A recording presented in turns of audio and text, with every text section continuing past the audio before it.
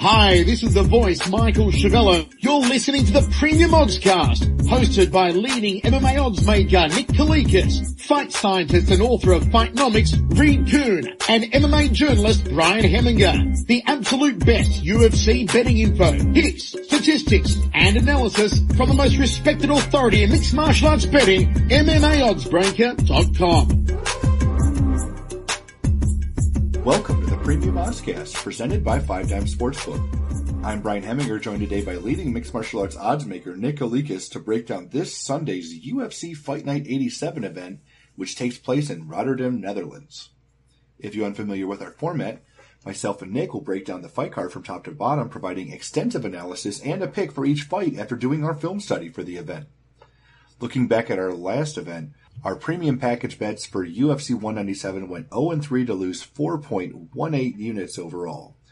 We lost our plays on Andre Fili and our props on Danny Roberts inside the distance and Robert Whittaker by TKO, although we did win our 1 unit free bet on Andrei Koreshkov plus 228 against Benson Henderson for Bellator 153. Back to the present, UFC Fight Night 87 features a 12-fight card in total and will be aired on UFC Fight Pass this Sunday afternoon. Let's dive right in. Now, kicking off the preliminary card on Fight Pass is a flyweight contest between Ulka Sasaki, who is 18-3-2, and Willie Gates, who is 12-6. Now, Nick, where did you open this fight, and how has the public shifted things so far? I opened Gates minus 165, the comeback on Sasaki plus 125. All lines are courtesy of our sponsored sportsbook, 5dimes.eu, so check those guys out. Right now, over at 5 Dimes, it is Gates minus 150, the comeback on Sasaki is plus 130. Line margins kind of staying the same, a little bit tighter now. Of course, a 20-cent gap in between. A lot of two-way action coming in this fight, a lot of split opinions out there, and it's an interesting fight for sure because you have Sasaki stepping in on short notice, dropping to 125. He's coming off back-to-back ugly performances as he was subbed by Issa and then actually TKO'd by Lapalus as well. So he's been out since June of last year, and he really isn't on a very high point right now of his career. But he is a very talented mixed martial artist, and the aspect of his game that's really the best and he thrives at is on the ground. Sasaki is very dangerous. He's very smooth. If he's able to get the fight to the floor, he likes to take your back. He just gets you in positions, and you don't have much of a chance against a guy like Sasaki. That's how dangerous and how dominant his ground game is. So that's what he wants to do against a fighter like Gates, but it's going to be tough. Gates' takedown defense overall is pretty solid. He's got decent wrestling. He's got decent power. He's been facing decent competition as well. I mean, his last loss to Dustin Ortiz is a little bit respectable because Ortiz is definitely towards the top of the flyweight division. So Gates is kind of one of those guys that's trying to work his way up and be an elite fighter in that weight class. But he does have his holes, and his aggression sometimes leads to mistakes on the ground. Obviously is one of his kryptonites, and that's why this fight with Sasaki is really intriguing, because if Sasaki does get him down and takes his back, I think it's over. He can definitely submit Gates on the ground. But if it stays upright, I mean, you've seen in his last fight, Sasaki definitely had some trouble against a powerful striker. Gates is wild, and again, with his aggression, with his power, with his speed, with his athleticism, he will get the better of Sasaki on the feet. He's explosive enough that he could probably knock Sasaki out if he doesn't get the ground to the floor. Sasaki doesn't. So I do believe that Gates can probably do that, especially early on in that fight. So Sasaki's going to have to, Sasaki himself is actually a little bit of a front runner. I mean, he gets out there and he usually ends things quickly or takes advantage of his opponent's mistakes early on. And you could say a little bit of the same thing about Gates. Early on, he's a little bit more dangerous, a little bit more effective. So I don't expect this fight to actually go very long. I don't think we'll see the scorecards here. It's either going to be Gates stopping Sasaki or Sasaki getting the finish over Gates. But I do think Gates is going to be the more dangerous guy early on. I think he's going to be able to keep the fight upright, and I think he probably ends up knocking Sasaki out. So I'm going to pick Gates to win this fight. My biggest issue with Sasaki isn't just his recent poor performances. It's the fact that he's taken this fight on short notice and he's dropping down a weight class. I mean, the guy was already a huge bantamweight, and he's going to be the biggest flyweight on the roster. And it's kind of funny because Gates is a pretty big flyweight in his own right, and he was preparing to face the biggest at the time flyweight on the roster in Paddy Houlihan. But Houlihan was forced to retire after some medical issues came to light, and now it comes Sasaki. So Willie Gates is actually facing a very similar fighter, a wild, crazy striker, just like Houlihan, with a crafty ground game, a very aggressive ground game. Now, if Gates keeps this standing, I think he knocks Sasaki out. Sasaki is extremely hittable on the feet. I mean, he got lit up by Leandro Issa on the feet. If that happens against Issa, I think Gates can definitely put him out. And then, of course, he got tore up by Lapalus as well.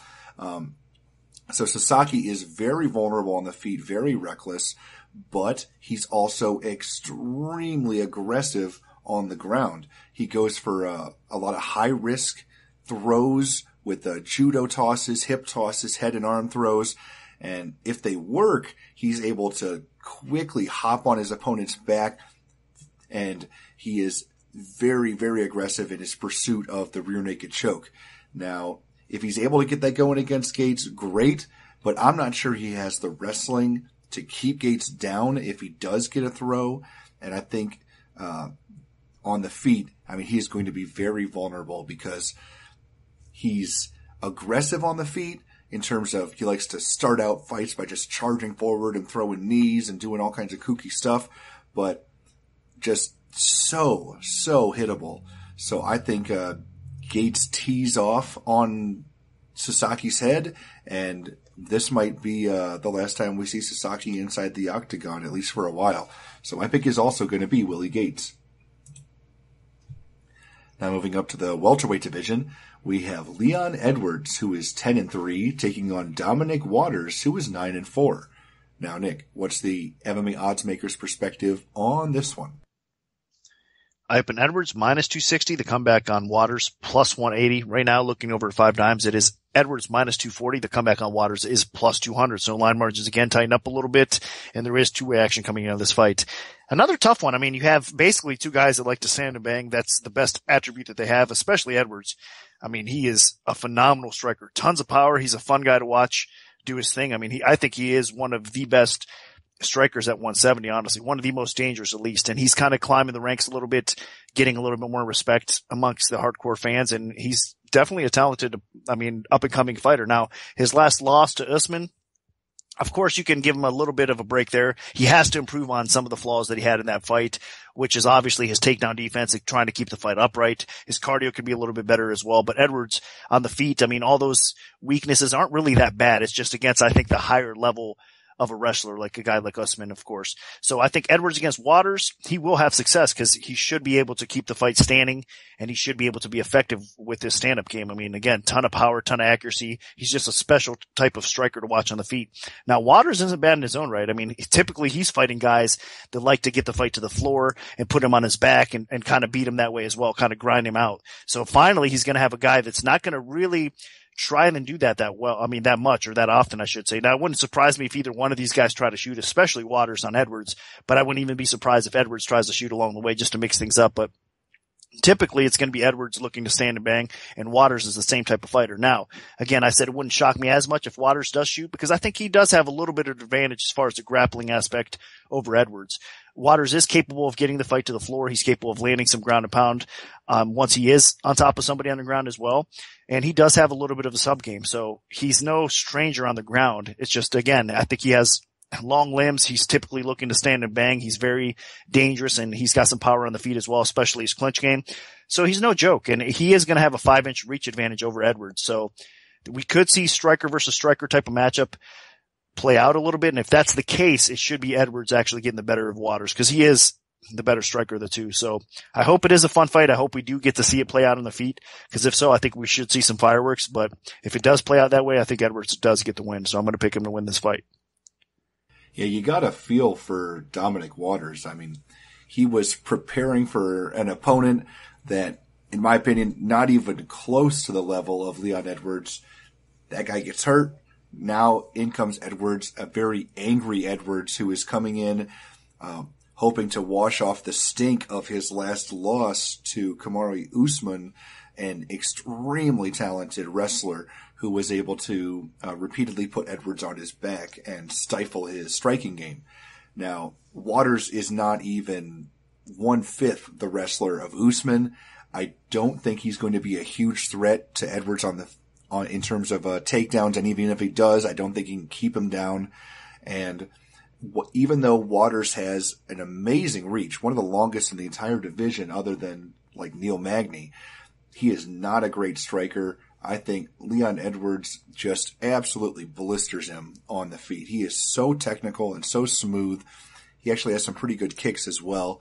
I just think this is a terrible matchup for Waters. Honestly, the last fight he had was a terrible matchup on short notice for him, when he took on Dong Hyun Kim and just got steamrolled on short notice. And I think this time the short notice opponent is going to steamroll him.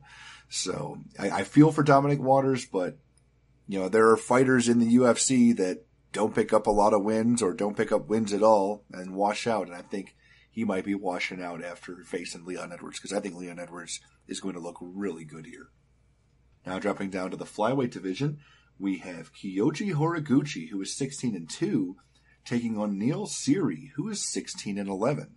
Now, Nick, where did you open this fight, and how has the public shifted things so far? I've been Horiguchi minus 475, the comeback on Seery plus 325. Right now, at the time of the recording, it's Horiguchi actually moved up a little bit. He's minus 500. The comeback on Seery is plus 400. So parlay action mainly coming in, I'm sure, for Horiguchi. It is kind of a steep price to pay, especially over a talented guy like Seery. I mean, Seery is very underrated. If you look at his record for the first time and have never really seen him compete out there or fight against high-level competition, you would think, this guy's a can. He's not very good at all, but that's not the case. Seery's one of these guys that has barely an above 500 record, but man, the guy brings it every time out. He's a very game fighter. He's got a ton of experience, obviously excels with his stand-up game. I mean, it's a thing of beauty to watch him strike, honestly. His boxing is very legit. He's dangerous. He's capable of finishing the fight, obviously, on the feet. He's also capable of finishing the fight on the ground, though. I mean, he's got a little bit of wrestling, and he's got a sub-game to go along with it. Now, on the ground, though, it is definitely where he's a little bit more susceptible. He does get beat by better grapplers. He does get submitted by better BJJ artists as well. So, I mean, he's the type of guy that is good everywhere, but he does have holes in his game, and he's capable of obviously getting beat by higher level competition, but he makes that higher level competition work. And I think that's the case here with Horiguchi. Horiguchi is just an absolute stud. I mean, obviously he's already had a title shot. He did okay against a guy like Demetrius Johnson, but he just came up a little bit short. He wasn't really quite ready yet. I think they put him in there because he did what he had to do, and he kind of climbed the ladder, and they needed a title contender to get him in that spot. So they kind of fed him to DJ a little bit early, I think. But that being said, he's still one of the elite flyweights, and I think he was around the spot where he honestly deserved it, because there's not too many that will beat Horiguchi in the flyweight division, and that includes a guy like Seery. So Horiguchi basically just has the edge everywhere in this fight. I think he's the better striker. He's got some speed. He's got some power. He's a better wrestler in this spot as well. The ground game should kind of neutralize each other out. I think that both of these guys are capable of obviously winning the fight by sub, but I don't think they sub each other here in this spot either. So I think what you're going to see is Horiguchi outpoint Seery along the way with a mix of everything. I think he could get the fight to the floor if he wants. He could keep it upright and kind of outpoint Seery on the feet. So it is Horiguchi's fight to win or lose. It should be a very comfortable but somewhat respectable decision win over Seery. So I am picking Horiguchi to win this fight. Yeah, I don't think this fight's going to be close. And I like Neil Seery. I picked him to win his last fight, and he did, and he looked great. But this is such a huge step up. I mean, Kyoji Horiguchi is, in my opinion, probably the third best flyweight on the roster right now, behind Demetrius Johnson and Joseph Benavidez. Really, there's nobody else even in his league. He is so quick and so technical, has such great footwork, and he can mix in some ground game as well if he wants to, with some decent takedowns. And he's got some pop in his hands as well. I mean, the guy is just so fluid. His only issue is the fact that he took on Demetrius Johnson so early in his career. I mean, he's still probably not ready to fight Demetrius Johnson, but I mean, who is? Now, Neil Seery, he has good boxing and a surprisingly decent submission game and a little bit of wrestling, but I mean, the guy is getting up there in years, and that is very, very tough on fighters, especially in the flyweight division where you need the speed and reflexes and agility so much more. The lifespan of flyweights in terms of longevity in the division is way lower than, say, the light heavyweight or heavyweight, where, being a little more lumbering is not going to hurt you. I think Kyoji Horiguchi I don't think this fight's going to be close. Now, kicking off the Fox Sports 1 prelims, we have a lightweight contest between Jan Cabral, who is 12-2, and Heza Madadi, who is 13-4. Now, Nick, what's the MMA odds maker's perspective on this one? I open Cabral minus 165, the comeback on Madadi plus 125. Right now, over at 5 dimes, it is Cabral minus 175, Madadi's plus 155. So a little bit more love coming Cabral's way. This is tough because, man, I really could see this fight play out either way. Cabral obviously has the better grappling. I mean, he's a world-class BJJ practitioner. He gets the fight to the floor. In most cases, he's able to end the fight on the floor. He's dominant in his ability to grapple and finish fights and do what he wants to do against most opponents. But obviously, Cabral hasn't really looked that great. He's been a bit of a disappointment in his UFC career thus far. His last loss to Johnny Case, Case is definitely a stud. Now we just recently seen Case suffer a loss though too, so that loss doesn't look as good as it once did. But outside of that, his decision loss to Cummings was a disappointment as well. And a lot of that is because Cabral is a little bit more of a one-trick pony. He's kind of a front runner, especially in the grappling department. He wants to get the fight to the floor, and again, he's capable of doing so. But as the fight goes on, if he's not able to submit his opponent and his opponents get on top, or his opponents are able to outpoint him on the feet, he obviously has a little bit of problem with that. And Madadi is the type of fighter that can give him some of those same problems. Madadi has a pretty good ground game in his own right. Obviously, in this matchup against Cabral, he's not going to really want to utilize that too much. He's going to want to keep things standing because Madadi does have a significant edge on the feet. I think has a little bit more pure power. He is the better striker all around. And I think he could probably control where the fight takes place because Madadi has pretty good takedown defense. So I think especially as the fight goes, Cabral is going to struggle getting the fight to the ground, and Madadi's going to be able to outpoint Cabral and probably get the decision nod. It is a tough fight because Cabral is one of those guys that, again, he's kind of underperformed throughout his UFC career. So I'm expecting him to come out and eventually have a pretty good performance, but that might not be the case against a guy like Madadi. Madadi is a little bit older, so it's kind of tough with guys that are getting close to 40. I believe Madadi's 37 years old. You never know when that decline spot's going to really show. So that is a concern as well. So this is kind of a head scratcher type of fight, but overall, you look at it stylistically, how they match up. It is hard not to like Madadi. I know he's had some issues in his personal life, and against Norman Park, he ended up losing that decision as well. But I think we're going to see a better Madadi coming back and fighting a little bit more frequently than obviously with the time off and those issues. So he's getting back on track, and I think this is a good fight, a good confidence booster if he can get the win over Cabral and maybe make a little run for Madadi. We'll see where it goes. But I do think it's a winnable fight for him, so it's hard not to pick him, honestly, against Cabral. So I'm going to slightly lean towards the dog and Madadi here.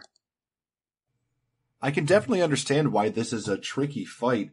Jan Cabral is an elite ground fighter with excellent submissions, but time and time again in his UFC career, we've seen him slow down if he's not able to completely dominate his opponent and put them away quickly.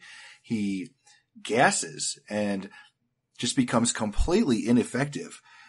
You saw it in the Johnny Case fight. You saw it in the Zach Cummings fight.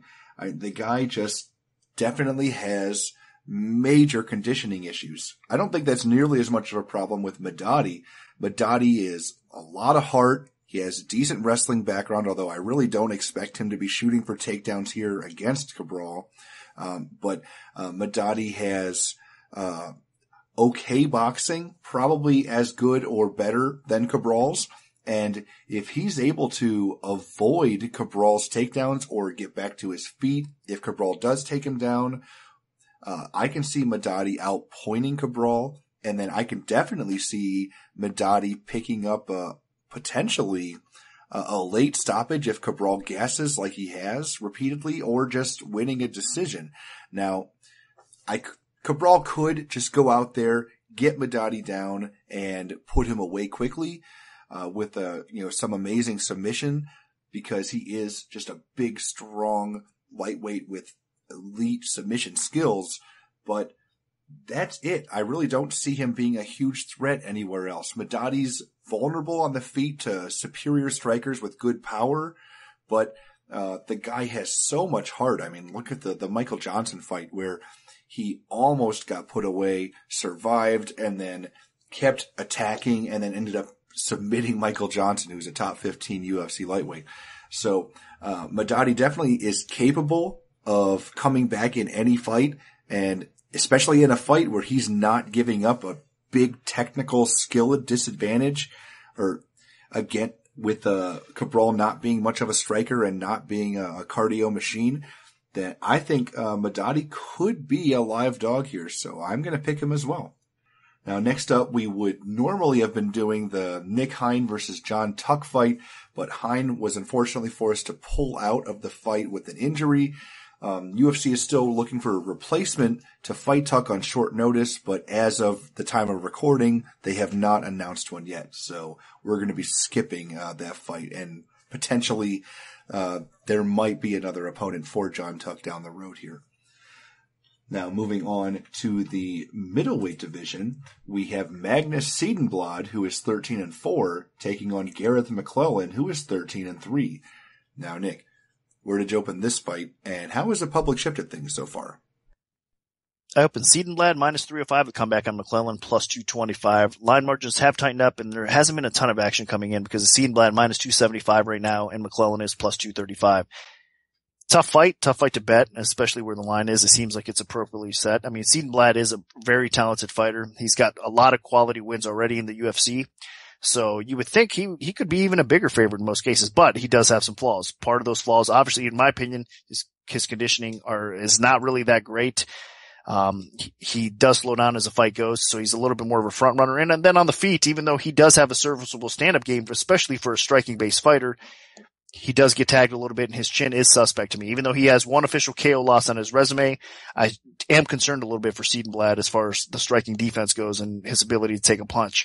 So that is a concern. But on the ground, with his wrestling, with his takedown ability, with the submission game, the guy's definitely elite, and that's why he's getting some marquee victories and climbing his way up at 185 for sure. So he's going to be a threat at middleweight because of his offensive skill set. Now, McClellan, on the other hand, he's actually performed okay. I mean, he bounced back and got a solid win over Bubba Bush. Obviously, his first fight against Fabinski was a very disappointing fight, especially losing to somebody that's basically a welterweight moving up to fight you at middleweight. It's kind of embarrassing. I think a lot of fans kind of writ him off in that spot, but he proved to be okay. I mean, he is solid. He's a little bit better than we all give him credit for. Of course, he's an EFC champion, the organization out of South Africa. Now, of course, lower level competition there as well, but he does have that kind of experience.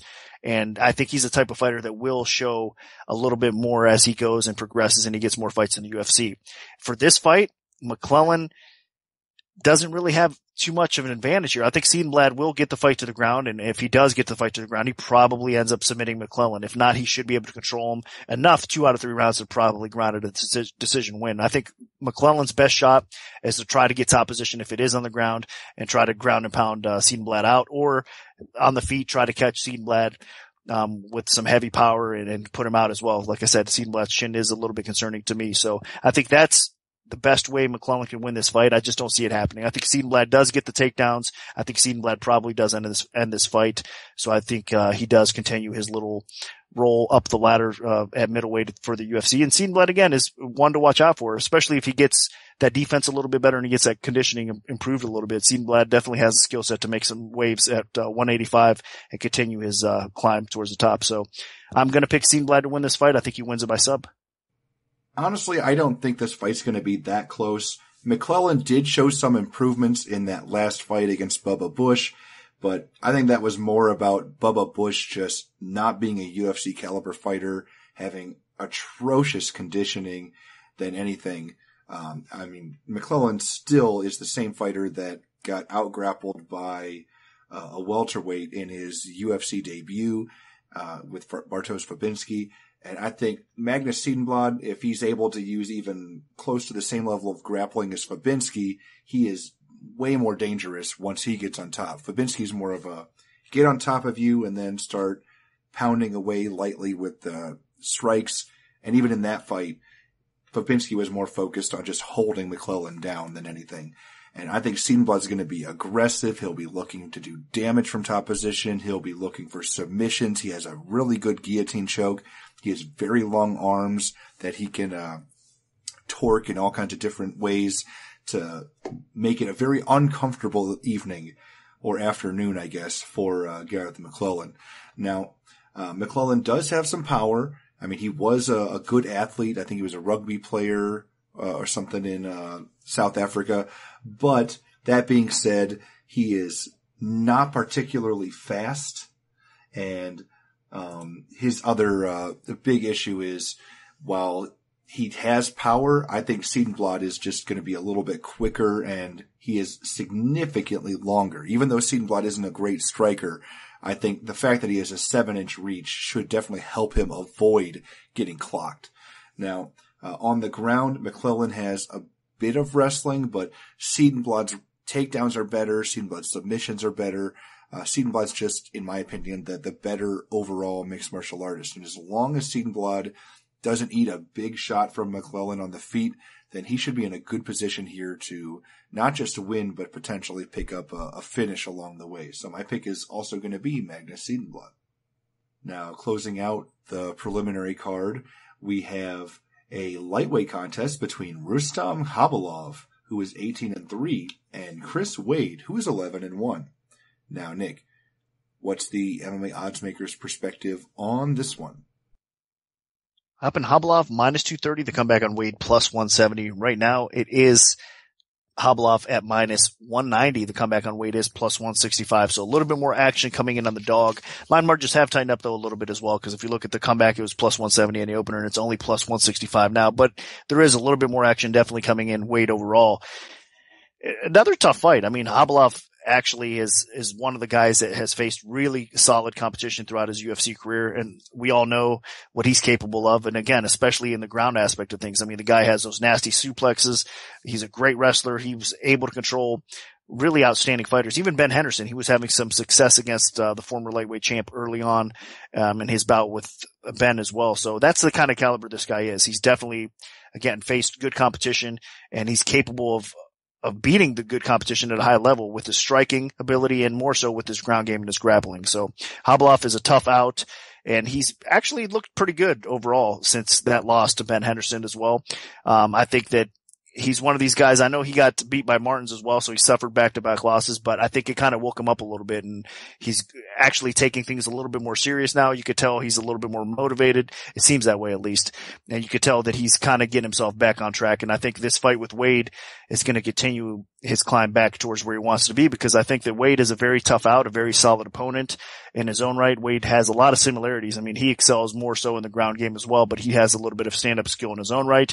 He usually outgrinds his opponents. He's able to out-wrestle them, and then he's very dangerous with the submission game. So Wade is a very complete fighter, and this is really a good fight for both guys, because, I mean, this is a very solid win either way for each guy. Now, of course, Wade has had more of a notice in this fight. He has a full camp. Khabilov is coming in on short notice in this one as well. I don't think it's going to play too much into this, even though as the fight goes on, Khabilov does tend to slow down a little bit, but this isn't a 5-round fight.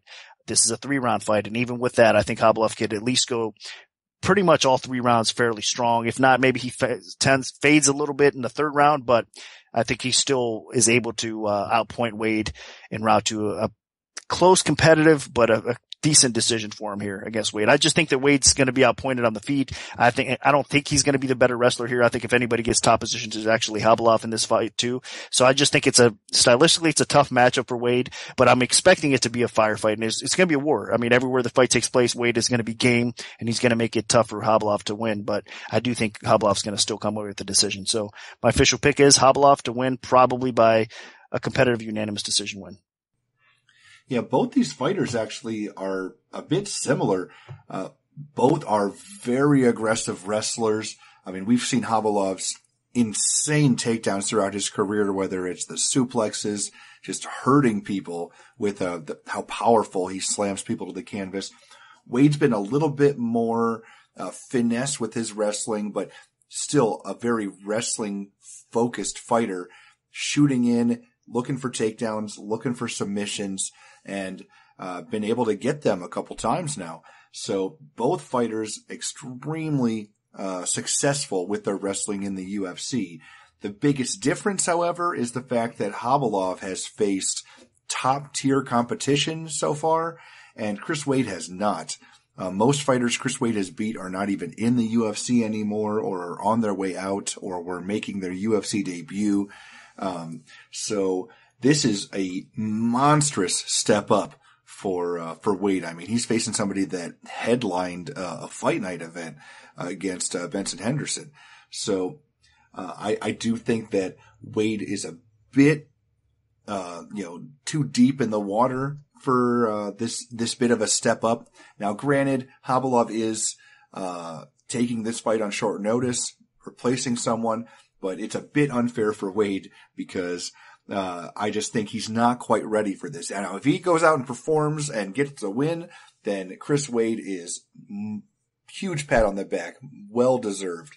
But I think that Khabilov is just a little bit better than Wade in just about every area. Khabilov is the more dangerous striker, the more powerful striker. Wade is a bit not very threatening on the feet.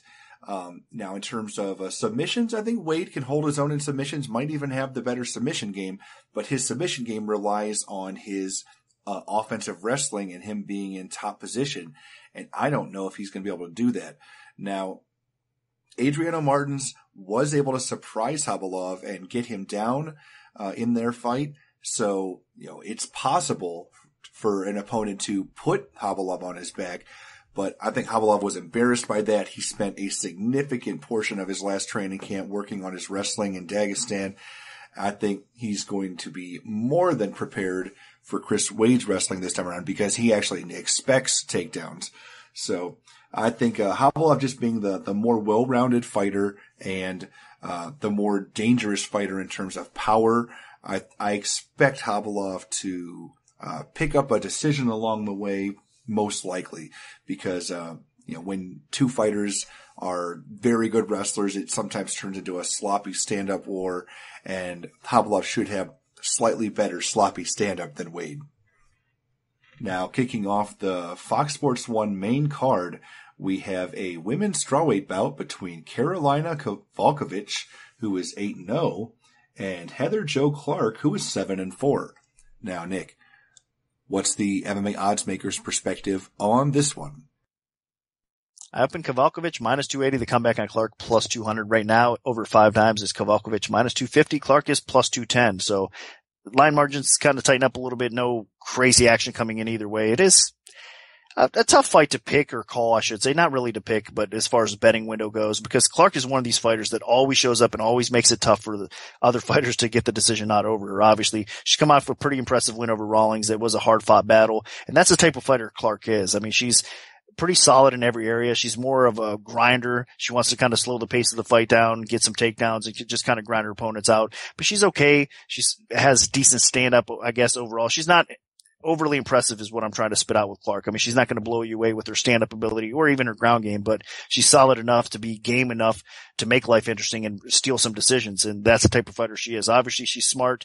She's getting more experience. She's got a little bit more confidence now. So she's going to be a tough out for Kowalkiewicz here in this fight as well, because I do think that Kowalkiewicz is trending in the right direction. I mean, that's a very impressive win over Marcos. Marcos is a very talented fighter. And if you look back, even before her UFC debut, win over Marcos, I mean, Kowalkiewicz was one of these fighters that at the European circuit had some pretty impressive performances, and you could see the progress in her game. She gets better fight by fight. And one of the most impressive aspects, in my opinion, is her stand-up game. I mean, she throws a lot of good combinations. Her boxing's pretty fun to watch. She's got some speed. She's got some good technique, and she stays persistent. I mean, she's always on the attack, and it's pretty fun to watch her fight. Her ground game is actually pretty solid as well. She's getting better as far as the takedown defense goes. So this is kind of a tough fight for Clark. I don't think she's able to kind of smother Kowalkiewicz out here in this fight and just kind of control her and dominate her like she wants to do. So I think Kowalkiewicz is going to be able to basically sprawl and brawl a little bit, keep the fight upright, keep a little bit of distance between them and kind of outpoint Clark along the way. Or she can be the one that's actually getting the position on against the cage, or even maybe ends up in top position on the ground. So I do think Kowalkiewicz ends up outpointing Clark in a pretty competitive, close in some areas type of decision. I mean, I think that's going to be the typical fight for Clark against fighters like Kowalkiewicz. She's going to hang with them, but she's just not going to really have enough to get that nod or to get the win in the end. So Kowalkiewicz should be able to outpoint Clark. I do see this fight hitting the scorecards, and I think Kowalkiewicz is going to be the one getting the decision. I only see this fight being competitive if Clark is able to get those takedowns, because she's not even really on Kowalkiewicz's level in terms of the stand-up ability. Kowalkiewicz relies on speed, footwork, movement, and quick combinations on the feet, and she's very effective with them and been able to outpoint just about everybody she's ever fought. And in terms of the ground game, she can potentially be vulnerable to takedowns, although she is improving in that department. But, I mean, you go back to her Invicta fight, Inoue had her on her back for pretty much a whole round. So that is a possibility if Clark is able to get her down and keep her down. That, as Nick mentioned, that is how Clark won her UFC debut. That being said, since that UFC debut, we have not seen Clark because she's been recovering from an ACL injury. And that's kept her away from the cage for 18 months. So she is going to be rusty. And unless she is able to kick things up a notch and get right into the swing of things, I don't see her recovering from a slow start if she has one. So if Randa Marcos, a fully healthy Randa Marcos who has a solid wrestling game, wasn't able to get Kowalkiewicz down and keep her down, then I'm not quite convinced that Clark is going to be able to do that either, especially with her coming off of a long injury layoff, especially considering the knee was the problem, and that could take away some of the explosiveness of her takedowns as well. So I think this is absolutely Karolina Kowalkiewicz's fight to lose, and I expect her to win convincingly. So my pick is Kowalkiewicz. Now moving up to the light heavyweight division, we have Nikita Krylov, who is 19-4, taking on Francimar Barroso, who is 18-4. Now, Nick, where did you open this fight, and how has the public shifted things so far? I opened Krylov minus 175 to come back on Barroso plus 135. Right now it is actually 155 for Krylov. Barroso still plus 135. So this is a tough fight for, I think, people out there to bet, and I don't blame them. I mean, it is kind of tough because what do you see in either one of these guys? I mean, both of them are pretty solid. Obviously, I think Krylov has more upside than Barroso does. Obviously, he's a younger fighter. Barroso has shown some pretty solid skill in the cage thus far, and he's come away with some decent wins actually as well. So I don't know. I mean, I'm not sure what to expect here. I think that Krylov is definitely the more dangerous fighter. I think Krylov can knock Barroso out on the feet. I think Krylov actually has a pretty underrated ground game at times, but the problem with Krylov is his defense on the ground. I mean, if he gets put on his back, obviously he's susceptible to getting submitted. Barroso is strong enough and a little bit underrated as far as his ground game goes. I think this is a fight that he could actually come out and maybe utilize that a little bit if he's able to get Krylov on the ground, get top position, maybe even, try to go for that arm triangle choke that Krylov seems to be a little bit more susceptible to. So Barroso has, I think, a path to victory here. He might be able to slow Krylov up a little bit as well, get some takedowns, push him up against the cage. He definitely has some power on the feet. You can't count him out there. It's just his inactivity bothers you at times with Barroso, and he's definitely hittable, and he does tend to fade a little bit as well. But he has been on a nice little streak, Barroso has. So I think his confidence and his ability right now are at an all-time high in the UFC. But you could say a little bit of the same for Krylov. I know that he shows so many weaknesses at times. I mean, obviously his loss to OSP, I mean, that was quick. Like OSP was able to get him down and submit him so easy. It makes you think about Krylov quite a bit. But then you see some of his performances, like his last one against DeLima. I mean, that was pretty impressive. And you see some of his knockouts, or like Walt Harris, that KO kick that he landed flush on Walt Harris as well. That was a thing of beauty. So Krylov has definitely that ability to finish fights, and he can be an exciting fighter. And I think he is going to continue to put the work in and get better. So with all that being said, this is a very difficult fight to pick. I think it's a good matchup, and the winner of this fight definitely takes a step forward. I guess I'm going to have to lean a little bit more towards the youth here. I think Krylov, again, has a little bit more upside. I think he's going to be a little bit more dangerous on the feet. I think his activity level is going to be a little bit higher. So even though I have some doubts in him as far as overall trust at this stage of his career, I still think he could probably get a win over Barroso. Barroso is going to be game, though, and I'm expecting him to definitely make it difficult for Krylov, but I think Krylov will probably come away with the win, so I'm going to pick him to get the W here. Yeah, Barroso, Krylov, I mean, this is definitely a battle of, see who really belongs potentially at the bottom of the top 15 of the UFC light heavyweight division. Neither guy has really had that big time performance yet, although Krylov did look a lot better in that win over Lima. Really surprising, considering Lima's a pretty decent ground fighter, and he was able to take his back and sink in a choke. One thing I will give Krylov credit for, he's young, he's improving, and his physique has gotten better every time we've seen him, so you know he's putting the time in the gym. Barroso, on the other hand, he trains out of Nova União. Now, that gym isn't typically known for heavier weight class fighters. He's one of the only ones that has been able to have a decent UFC career. And these guys are pretty evenly matched. I think Barroso is slightly more technical on the feet, although Krylov potentially has more power, especially with his head kicks that you saw him knock out Walt Harris with. Now, in terms of ground game, Barroso is the more technical ground fighter. He probably has a better overall Brazilian Jiu-Jitsu, but Krylov is the more aggressive ground fighter. And sometimes we see aggression overtakes technique. We saw that even recently with Michael Chiesa against Beneil Dariush. If you just give up your back for a second and he'll hop on there and put you out. So that is something that Barroso has to be careful about, because Krylov is going to be aggressively pursuing the finish throughout this entire fight. Now, Barroso is a bit more of a point fighter, so even though he is more technical, he's very, very little chance, at least in my opinion, that Barroso is able to pull off the finish unless Krylov gasses or something. Now, this could be a battle of Krylov looking for the finish with Barroso looking for the points. I'm slightly leaning Barroso, but I'm not crazy confident about it. Now, dropping down to the women's bantamweight division, we have Germaine de Randamie, who is 5-3, taking on Anna Elmos, who is 3-0.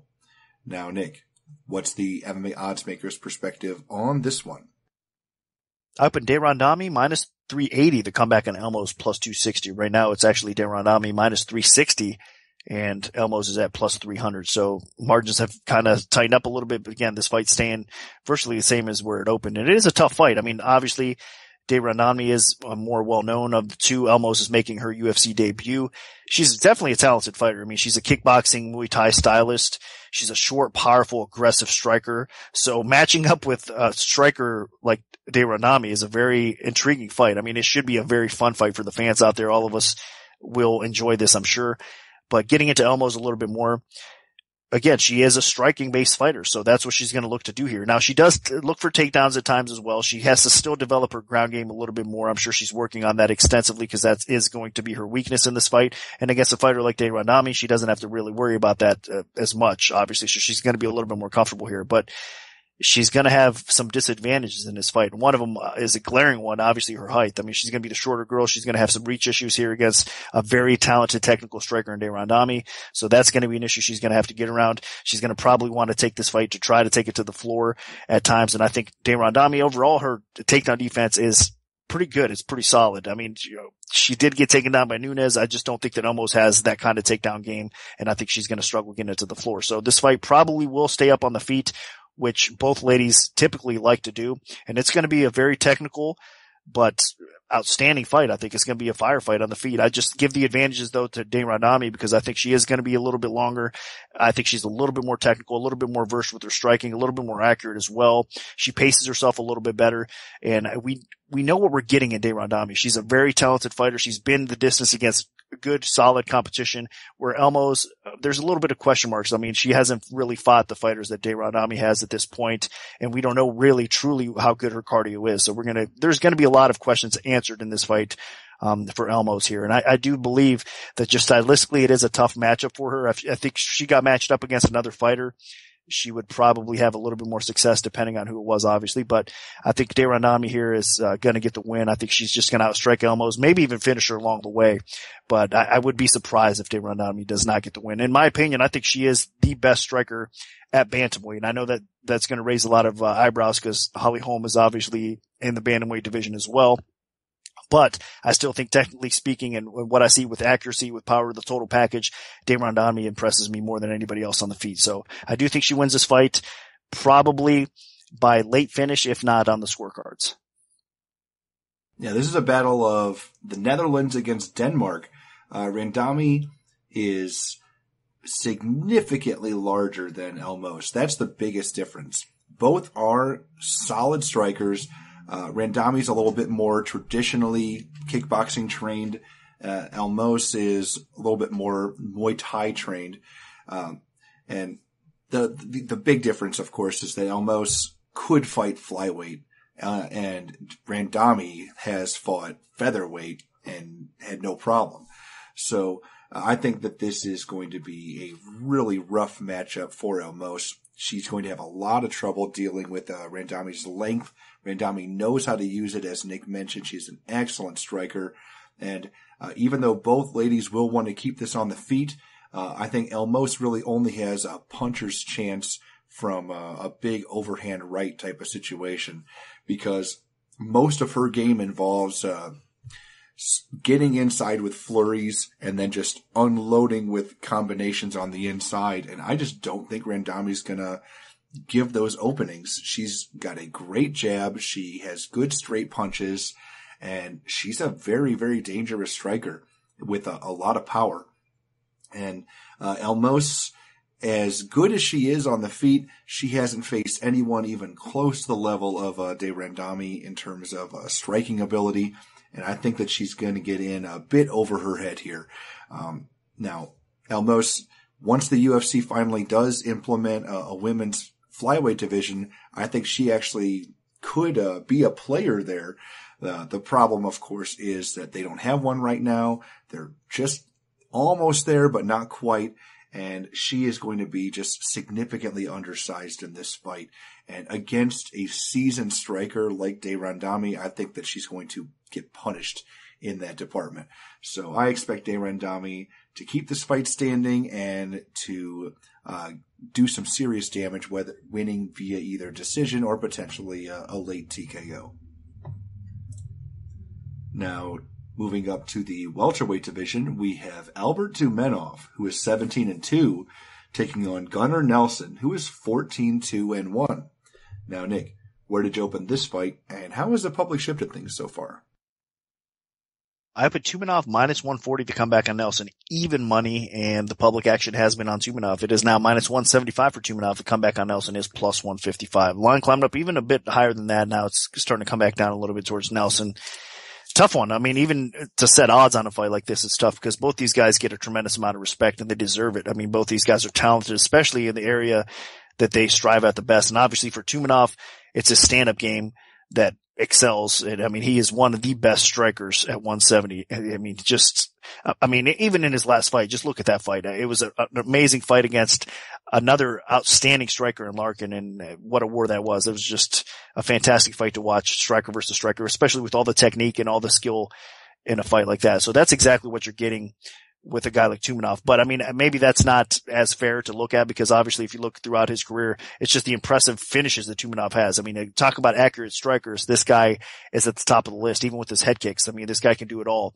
Accurate, powerful. I mean, he's a finisher on the feet. So he is, again, one of the best strikers at 170, and he's going to be in line at a title shot at some point. And he's going to keep on improving what his weakness is, and that is the ground game as well. His takedown defense is actually pretty solid overall. He seems to be improving his cardio, so Tumenov is an outstanding fighter that I really do believe at age 24. I mean, sky's the limit for this guy. Now, Nelson, on the other hand, you could say the same stuff about his grappling. Now, unfortunately for him, I understand he faced another extremely talented grappler in Damian Maia in his last fight, and he suffered a loss.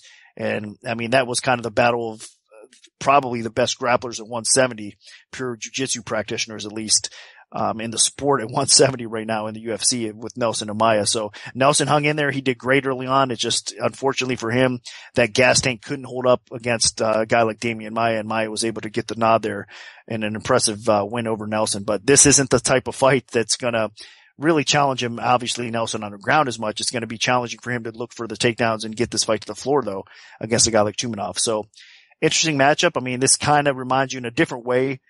Nelson had a tough fight lined up against a guy like Brandon Thatcher. Nelson was able to come away with an impressive win in that fight, but the problem with Nelson for this fight is Tumenov has a more of a solid chin. I don't think he has the weaknesses that Thatch quite does. So I don't expect the same kind of result here for Nelson, unfortunately for him. But that being said, it is intriguing because if Nelson gets the fight to the floor, Tumenov will not survive against a guy like Gunnar Nelson. So it all depends on who's going to implement their game plan the best. Can Nelson get this fight down to the floor? And if he does, I think he does pull off the win. Can Tumenov keep this fight upright? If he does, I think he does batter Nelson on the feet and punish him enough that he possibly could finish Nelson. Nelson is an extremely tough guy, hard guy to finish, obviously. He could take a beating on the feet. He can get grappled on the ground. I mean, look at his fight with Damian Maia. He can survive in all areas of the game. He has no quit in him. So it's going to be hard to finish a guy like Nelson. But if anybody can do it, especially on the feet, it's a guy like Tumenov. So tough fight.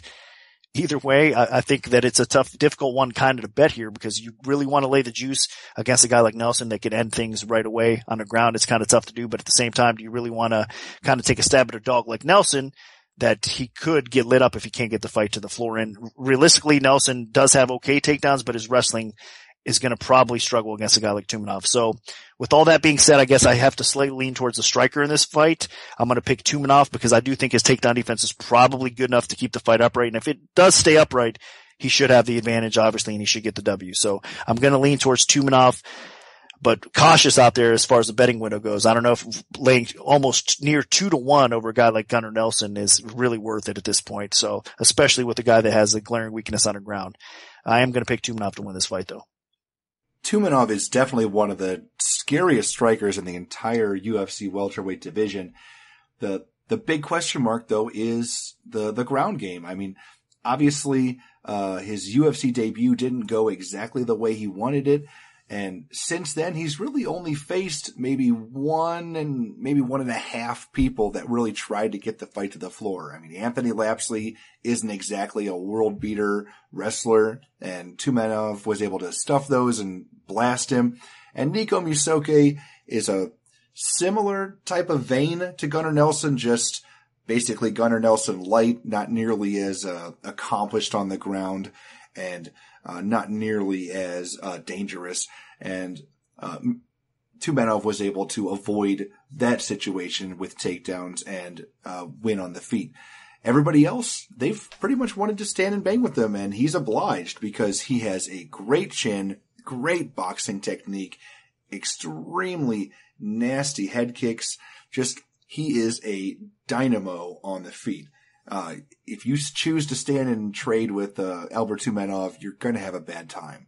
Now, with Gunnar Nelson, he has shown improvements in his stand-up. I mean, he did drop Brandon Thatch at UFC in Vegas last year, but I don't think that would be a very good idea if he stands and bangs with Albert Tumenov. Tumenov has shown a great chin. I don't see Nelson dropping him. I don't see Nelson being able to hold even with him or steady with him in terms of the stand-up exchanges. Gunnar Nelson has a chance to win this fight, and that's by getting it to the floor. And if he does, he could potentially pull this one out because Tumenov still hasn't exactly been tested on the ground very much other than that UFC debut where he did end up losing a decision to Alcantara. So it's very possible if Gunnar Nelson does get it to the ground that he could win. He could win by submission. He could win by decision. But that being said, I think it's going to be difficult. I kind of see this fight being a little bit similar to the Rick Story fight, except Tumenov doesn't have quite even close to the wrestling pedigree of Story, but he is a significantly more dangerous striker than Story. So I think Tumenov is going to be able to connect and do some damage on the feet, and Gunnar Nelson is really going to have to improve his wrestling if he wants to get a win here, because I don't see this fight getting to the floor unless he is extremely aggressive with his pursuit of the takedown. And I think it's going to be pretty difficult, especially if Tumenov knows what's coming. So I'm picking Tumenov, but again, this is a tricky fight because both fighters are extremely strong in their specific skill sets.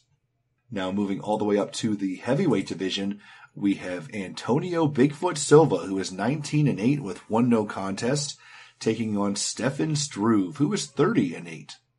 Now, Nick, What's the MMA odds makers' perspective on this one? Up in Struve minus 190, the comeback on Silva plus 150. Right now it's Struve minus 200. Silva is plus 170. Two action coming into this fight as well. It's a tough one to call because you got two guys that you really can't trust their chin. I mean, obviously for me, Silva especially is just, I mean, he's coming off another knockout. Of course that was to Mark Hunt, but man, how many times this guy got to really get floored, especially since he's been back, and obviously the drug testing now for the UFC is at an all-time high as far as catching people and whatnot. So people got to clean up their act. We all know what's going on with USADA and all that stuff. So if it is a clean Silva, a lot of people suspect that it does have a negative impact on him, and his performances recently have showed that. So we don't know. I mean, none of us really know what's going on for sure, but the truth is, I mean, that chin has definitely been suspect for a while now. I mean, he's got a huge target on there, and you just can't trust the guy. It's unfortunate for him because he's a talented fighter. I mean, he's got some skill in his own right on the feet. He's got some power. He's got some pretty good technique. Even on the ground, the guy has a decent ground game. He's got some decent wrestling. He's able to do a lot of good things. And over his career, he's beaten some very solid opponents. So Silva is definitely a top tier heavyweight when healthy, when at his best. But right now, I just can't trust him. Now, you could say, I guess, a lot of the same stuff to Struve. Struve obviously had the heart condition. You know, he hasn't been the most consistent heavyweight either throughout his career. He's been knocked out several times. I do believe his chin is a little bit tougher, though, despite all that. And I do still think there's a little bit more of an upside. Obviously, Silva's 36. Struve's only 28. I think that Struve is, overall, I think the better striker in this spot here. I think he's going to be a little bit difficult for Silva to kind of grasp, unless Silva can get him down on the ground, because I think Struve will utilize that reach a little bit, and I think it's going to be difficult for Silva not to get hit and tagged by Struve. And Struve does have a little bit of underrated power as well. So this is really interesting. It depends on what kind of game plan I think Silva goes for. If he wants to implement some kind of wrestling game plan and get Struve on his back, obviously there is a path to beat him there, because Struve, even though he is talented even on the ground, I mean, with the submission game, I don't think he does finish a guy on the ground like Silva. I think Silva's takedown defense, or I should say his submission defense overall, is good enough to not get caught by a guy like Struve. But again, along the way, these guys are both so chinny that at any time, any moment, we could see one of these guys drop and get finished. So all depends on Silva's chin. If it withstands, he could steal a decision in this fight. But overall, I think I got to side with Struve a little bit more. I think even though Rochel was able to get the takedowns, I mean, he continues to improve his takedown defense enough that I think Silva might struggle a little bit. And if it does stay on the feet, I think I do trust Struve a little bit more. So I'm going to pick Struve to get the win over Silva. This is definitely just the battle of the chins. I mean, Stefan Struve, if he lets Bigfoot get inside on him, he is going to have a really bad time, because Antonio Silva, even though he can't take a punch anymore, he can still dish it out, as you saw in the Soa Polele fight, where he just held on, weathered that early storm, and then just pummeled him in the second round. So if Struve allows Bigfoot to get him pinned against a fence and create some space, Stefan Struve is going down. If Stefan Struve gets put on his back and starts eating ground and pound, Struve is getting knocked out. But if Struve is able to connect with some good solid straight punches from distance, and he is going to have the reach advantage here, then he can knock out Antonio Silva. I do think a knockout is extremely likely in this fight, especially considering both guys are just have such serious durability issues. Both guys do have solid overall jiu-jitsu games, but they'll probably cancel each other out. So, I mean, realistically, I expect this fight to take place on the feet for the most part, and whoever is able to connect with the biggest shot first is probably going to be the one to win it. Struve, as long and tall as he is, he still has had major issues keeping his opponents from getting inside on him. You've seen it time and time again. Mark Hunt, Roy Nelson. He started to show some slight improvements in the Nogueira fight, but then he allowed, Jared Rochel to just get inside and take him down repeatedly in their fight. So, even though he is getting bigger and stronger and starting to have to cut a significant amount of weight to make the heavyweight limit, I still have serious problems with Stefan Struve's ability to stop his opponents from imposing their will against him. And even though Antonio Silva is pretty much a shell of his former self, I actually think that he can get inside and do the damage against Struve. So I think I'm going to pick him here to pick off a surprise upset.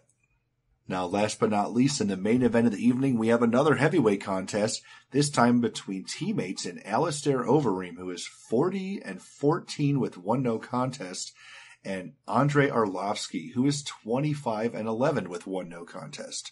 Now, Nick, where did you open this fight, and how has the public shifted things so far? Up in Overeem minus 210, the comeback on Arlovski plus 160. Right now it's Overeem minus 225. The comeback on Arlovski is plus 185. So a little bit more action coming in Overeem's way. Talk about chinny guys. I mean, there's no disrespect here, but both these guys obviously throughout their careers have been knocked out quite a bit. So we're talking about the two main fights of the card, the co-main event and the main event, with 4 heavyweights that have some serious chin issues, and it's hard to trust. I mean, and it makes it difficult for bettors out there to really have that much confidence, because even if you think you have an edge or you think you know who should win the fight or whatnot, I mean, one punch can just change everything, and that's exactly what you're getting with these guys as well. Now, overall, obviously, in this matchup, I mean, you got to go a little bit more with Overeem. I think Overeem here has shown, especially recently, he's getting kind of himself back on track. He's got to have a lot more confidence than he has since he's entered the UFC at this point of his career as well. And then obviously for Arlovski, he went on that magnificent run that earned him almost a title shot. I mean, if he would have beat Stipe Miocic, he would have probably been the one having this matchup right now with Verdum coming up here shortly. So that's how close he was to getting that title shot. And of course, Alistair Overeem has gotten himself back in the mix with impressive wins over JDS and Roy Nelson as well recently too. So that's gotten him right where he wants to be, really. So I think that Overeem, again, he's a little bit more confident. Things are trending a little bit better for him right now in his fight against Arlovski. And I believe if he doesn't get clipped, I trust him, I guess, a little bit more. I do think he's got an edge even on the ground. I think Arlovski has pretty good takedown defense, and throughout his career he has, but he can be put on his back. And Overeem, obviously, he's shown some ability to wrestle, and he's smart enough to realize that, hey, if I could take this guy down and kind of steal a decision this way, I mean, look at his Struve fight. He was able to do some of that as well. So that's the kind of fighter I think Overeem is. He's smart enough to know that he has to keep on winning. He's smart enough to know that obviously his chin is a little bit suspect, so he's going to do what he can to get the job done here. And I think over Arlovski, if it stays standing, I still trust Overeem a little bit more, especially early on in the fight. I mean, he does tend to gas a little bit, but Arlovski, let's face it, Arlovski typically has had a pretty good gas tank, but he hasn't looked the greatest either in that area recently. So I do think it's probably going to be somebody ending this fight early, and if that's the one person, I have to lean a little bit more towards Overeem. So another spot where you can't be ultra confident, and if you're laying over 2-1 in this fight, I don't know. I don't think it's the smartest thing to do, because it is a difficult fight. I mean, one punch from Arlovski could definitely knock Overeem out. I mean, we've seen it recently as well. I mean, look at even though it was a war, that Travis Brown fight, I mean, we could see something unfolding kind of like that in this fight as well. So Overeem could end up on the wrong end of that. But overall, I still believe that Overeem should be the better fighter here, and I think that more times than not, he should probably be able to stop Arlovski. So I'm going to go with Overeem as the pick, and probably by TKO. This fight, it's not as tricky as it would seem. I mean, Arlovski was on a nice little roll before he ran into Stipe Miocic, and Overeem, though, has just been on fire lately. I know that he had his issues, his hiccups against guys like Bigfoot Silva, guys like Ben Rothwell, but it seems like he started to put it all together. He's fighting smart, he's fighting dangerous, and he's fighting extremely effectively. You saw in the Junior Dos Santos fight, it wasn't pretty because he was kind of taking what Dos Santos was giving him and was just waiting for that right opportunity. But when the opportunity arose, I mean, he really made it count. I mean, knocking out Dos Santos, that is unbelievable, especially when you saw how good Dos Santos just looked against Ben Rothwell. So Alistair Overeem is an elite striker, perhaps the best striker in the UFC heavyweight division. And Andrei Arlovski, I think that he kind of thrives in chaos at times. I mean, he does have a lot of power. He's very dangerous. But, I mean, you look at that run that he went on, I think it's a bit overblown. I mean, you could argue he lost that fight to Brendan Schaub. You could definitely argue that. The fight against Frank Mir was not very pretty. And really, the only really impressive wins were the rematch against a blown out Antonio Silva, and then the win over Travis Brown, where both guys were just blasting the hell out of each other for one round, and it was just whoever landed the last good shot.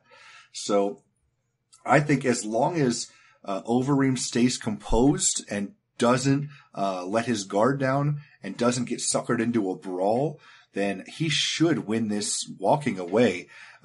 Neither guy has a great chin, but I think Overeem's defense is tighter, his technique is better, and he's going to be able to find a home for that power and put Andre Arlovski out at some point. Because I think if Stipe can do it, Overeem can definitely do it. So my pick is going to be Alistair Overeem. So that'll do it for a full event breakdown for UFC Fight Night 87. Part 2 of the Premium Oddscast featuring our premium bets will be out this Saturday following the weigh-ins, so stay tuned for that if you're an MMA Oddsbreaker Premium member. If we have a free play to give out, make sure to follow at MMAOB Premium on Twitter because that's where we'll post them first. We can also notify you of our free bets via email alert if you prefer that method. Just send an email to picks@MMAOddsbreaker.com and we'll add you to our free bet mailing list. Special thanks to our sponsor, 5 Dimes Sportsbook. Good luck, everyone, and hopefully the betting gods are on your side this week.